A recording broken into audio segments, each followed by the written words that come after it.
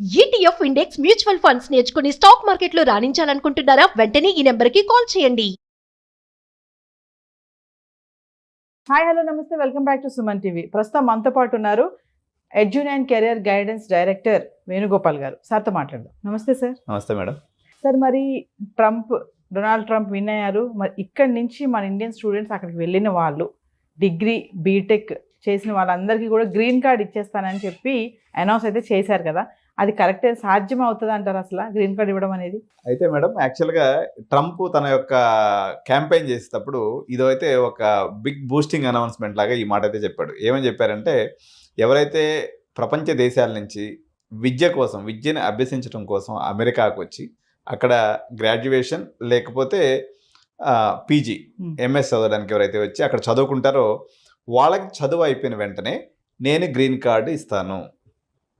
ఎందుకు అలా అని చెప్పేసి అక్కడ విలేకరు ఒక ప్రశ్న అడిగినప్పుడు ఆయన దానికి సమాధానం చెప్తూ, మా దగ్గరికి వచ్చి చదువుకున్న తర్వాత వాళ్ళు చాలా డెవలప్ అవుతున్నారు, ఆ డెవలప్ అయినటువంటి నాలెడ్జ్ తోటే వాళ్ళు తిరిగి వాళ్ళ స్వదేశాలకు వెళ్ళి అక్కడ గొప్ప గొప్ప కంపెనీస్ అన్ని స్టార్ట్ చేసి వాళ్ళు మా అమెరికన్స్కే కాంపిటీషన్గా వస్తున్నారు.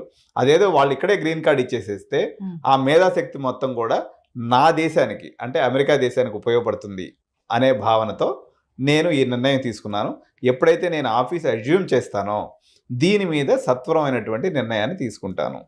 This was the announcement made by Donald Trump in the campaign. అయితే దీని యొక్క సాధ్యాసాధ్యాలను పరిశీలించాల్సి వచ్చినప్పుడు అమెరికా యొక్క ప్రజాస్వామ్యం యొక్క స్ట్రక్చర్ని గురించి మనం ఆలోచించాలి మేడం.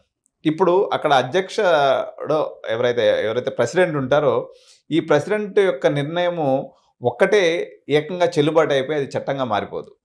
సో ఈయన చెప్పినటువంటి మాట నిజం కావాలి అనుకున్నట్లయితే ఈయన ఇనిషియేషన్ తీసుకున్న తర్వాత అక్కడ ఏదైతే పార్లమెంట్ ఉంటుందో 535 మంది సభ్యులు ఉంటారు మేడం. అందులో ఇప్పుడు మన దేశంలో పార్లమెంట్ ఎట్లా ఉందో అమెరికా కూడా పార్లమెంట్ ఉంటుంది అనమాట. అందులో ఇక్కడ ఎగువ సభ దిగువ సభ అని మన పార్లమెంట్ ఎట్లా ఉంటాయో అక్కడ కూడా 2 సభలు ఉంటాయి. ఆ 2 సభలకు సంబంధించినటువంటి సభ్యులు 535 మంది ఉంటారు. అందులో డెమోక్రాట్స్ రిపబ్లికన్స్ అందరూ కలిసి ఉంటారు అనమాట. వీళ్ళు మంచి మెజారిటీతో ఆ చట్టాన్ని ఆమోదించినప్పుడు అది చట్టం రూపొందాల్సి అది జరుగుతుందన్నమాట. సో దీని యొక్క ఇంప్లికేషన్స్ ఎలా ఉంటాయి అంటే పరిణామాలు ఎలా ఉంటాయి అనేది చర్చ జరిగినప్పుడు ఇప్పుడు దీనివల్ల ఏమవుతుందంటే ఇందాకే మనం అనుకున్నట్టుగా 4500 యూనివర్సిటీస్ దాదాపు 8000 కాలేజెస్లో ఉన్నటువంటి కాలేజెస్ అన్నీ కూడా చెత్త చెదారం మొత్తం కాలేజీలు ప్రపంచ దేశాల విద్యార్థులతో నిండిపోతాయి.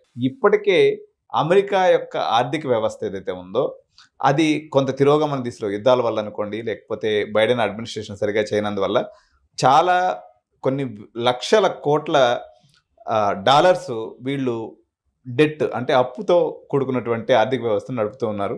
బ్యాంకులు ఏదైతే ఈ యుద్ధాలకి మనకి ఫండ్ సప్లై చేయడం వల్ల అక్కడ ఫైనాన్షియల్ క్రంచ్ ఏర్పడి వాళ్ళు వడ్డీ రేట్లు కూడా పెంచేశారు. వడ్డీ రేట్లు పెంచినప్పుడు ఆబ్వియస్గా ఎవరైతే కంపెనీలు వాళ్ళు ఉంటారో డబ్బులు తక్కువ తీసుకుంటారు, ప్రాజెక్టులు తక్కువ తీసుకుంటారు. కాబట్టి వాళ్ళు ఎంప్లాయ్మెంట్ కూడా సరిగా లేక దాదాపు ఇక్కడి నుంచి పోయినటువంటి విద్యార్థుల్లో 10 లక్షల మందిలో కేవలం 10 to 15% మాత్రమే సరైనటువంటి ఉపాధి ఉంది. రిమైనింగ్ వాళ్ళందరూ కూడా ఖాళీగా ఉన్నారు.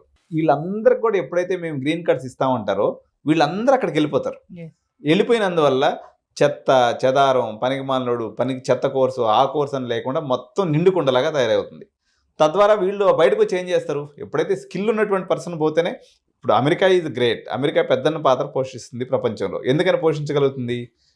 ప్రపంచంలో ఉన్నటువంటి టాలెంట్ అంతా కూడా అమెరికాకి చేరుకుంటుంది కాబట్టి జరుగుతుంది. కాబట్టి ఈ నిర్ణయము ఆయన ఏమో అంటే డొనాల్డ్ ట్రంప్ ఎలా ఉంటుందంటే జుమ్లా మాటలు చాలా చెప్తుంటారు అనమాట. నాకు తెలిసి ఇది జుమ్లా మాటగా తీసుకోవాలి తప్ప ఒకవేళ ఇది నిజమైతే మేలు జరుగుతుందా అంటే మేబీ ఒక్క జనరేషన్కి మేలు జరగవచ్చు. ఎందుకంటే ఇప్పుడు ఎగ్జాంపుల్ ఏమవుతుందంటే మేడం, ఒకడు ఉన్నాడు, ఒక బీటెక్ 4 ఏళ్ళు కష్టపడి దాదాపు అన్ని సెమిస్టర్స్ ఎగ్జామ్స్ రాసి ఎంతో డే అండ్ నైట్ వర్కౌట్ చేసి ఒకటి సర్టిఫికేట్ తెచ్చుకుంటాడు. ఇంకోడు 4 లక్షలు 5 లక్షలు ఇచ్చి ప్రింట్ కొట్టుకొచ్చుకుంటాడు. ఇప్పుడు వీళ్ళ పరిస్థితి ఏమైపోతుందంటే వాళ్ళు కొన్ని సంవత్సరాల పాటు, ఎందుకంటే ఇప్పుడు గ్రీన్ కార్డు వీసా పొందాలన్నట్లయితే దాదాపు 40 ఏళ్ళు 30 ఏళ్ళు వెయిటింగ్ పీరియడ్ ఉంది. ఇంత వెయిటింగ్ పీరియడ్ని ఉన్నటువంటి ఈ పరిస్థితుల్లో వీళ్ళు సడన్గా ఇప్పుడు ఎంఎస్కి పోయేసి 30 లక్షలు ఖర్చు పెట్టేస్తారు, ఏదో ఒక కోర్స్ చేసేస్తారు, డైరెక్ట్గా గ్రీన్ కార్డ్ తీసుకుంటారు. అంటే ఇంకా దానికి విలువే ఉంటుంది. కష్టపడతాం. ఇప్పుడు ఎంబీబీఎస్ అనేది ఎందుకు కష్టం అంటే ఎంబీబీఎస్ చేసినోడికి ఎందుకు కష్టం అంటే 5.5 సంవత్సరం ఎంబీబీఎస్ చేసి మళ్ళీ 3 ఏళ్ళు ఎండీ చేసి ఆ తర్వాత మళ్ళీ స్పెషలైజేషన్ ఒక 2 ఏళ్ళు చేస్తే దగ్గర ఒక 10-12 ఏళ్ళు స్పెండ్ చేస్తాడు. కాబట్టి వాడికి సమాజంలో ఒక విలువ. అట్లా కాకుండా 6 నెలల్లో ఎండీ కోర్సు ఎంఎస్ కోర్సు ఇచ్చేస్తానన్నారు అనుకోండి, ఇంకా దానికి విలువ ఉంటుంది, ప్రతి ఒక్కరు చేసేస్తాడు. సో అట్లా గ్రీన్ కార్డు యొక్క విలువ పడిపోతుంది.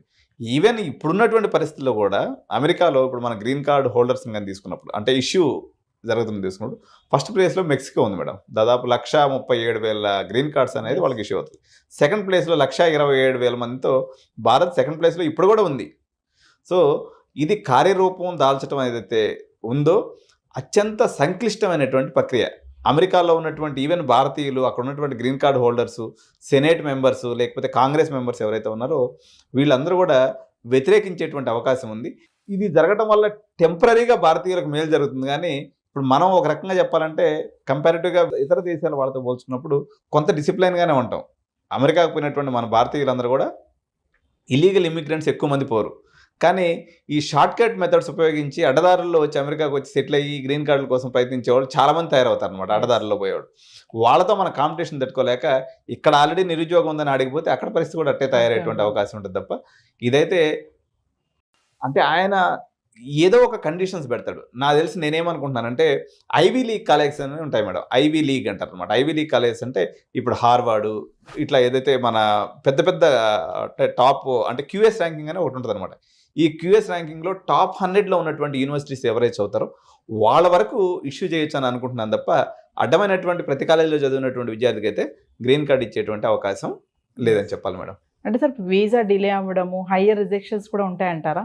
వీసా డిలే అవ్వటము, హైయర్ రిజెక్షన్స్ అనేవి ఎట్లా అంటే మేడం ఇప్పుడు ఒకటేంటంటే ఈ గ్రీన్ కార్డు విషయంలో పాలసీ ఏదైనా కానీ తీసుకున్నప్పుడు మాత్రం లక్షలాది మంది అప్లై చేసుకుంటారు కాబట్టి ఆబ్వియస్గా ఇప్పటి వరకు మనం చూసినటువంటి దాంతో వీసా రిజెక్షన్ రేటు 22%. అంటే 100 మంది అప్లై చేసుకుంటే 22 మంది రిజెక్ట్ చేసినటువంటి పరిస్థితి ఇస్తాం. బట్ జనరల్గా చూసుకున్నప్పుడు మనం ఎవ్రీ 100 మెంబర్స్కి 12 to 13% రిజెక్షన్ రేట్ అనేది ఉంటుంది మేడం, వీసా రిజెక్షన్ అనేది. అంటే ఇప్పుడు మీరు అన్నట్టుగా గ్రీన్ కార్డ్ ఎవరైతే వెళ్ళి అక్కడ చేశారో అది అంత సాధ్యం కాదని అంటారు. జనరల్గా అయితే సాధ్యం కాదు మేడం. ఎందుకంటే ఇప్పుడు అది రాచరికం కాదు. అమెరికాలో పూర్తి స్థాయి ప్రజాస్వామ్యం ఉంటుంది.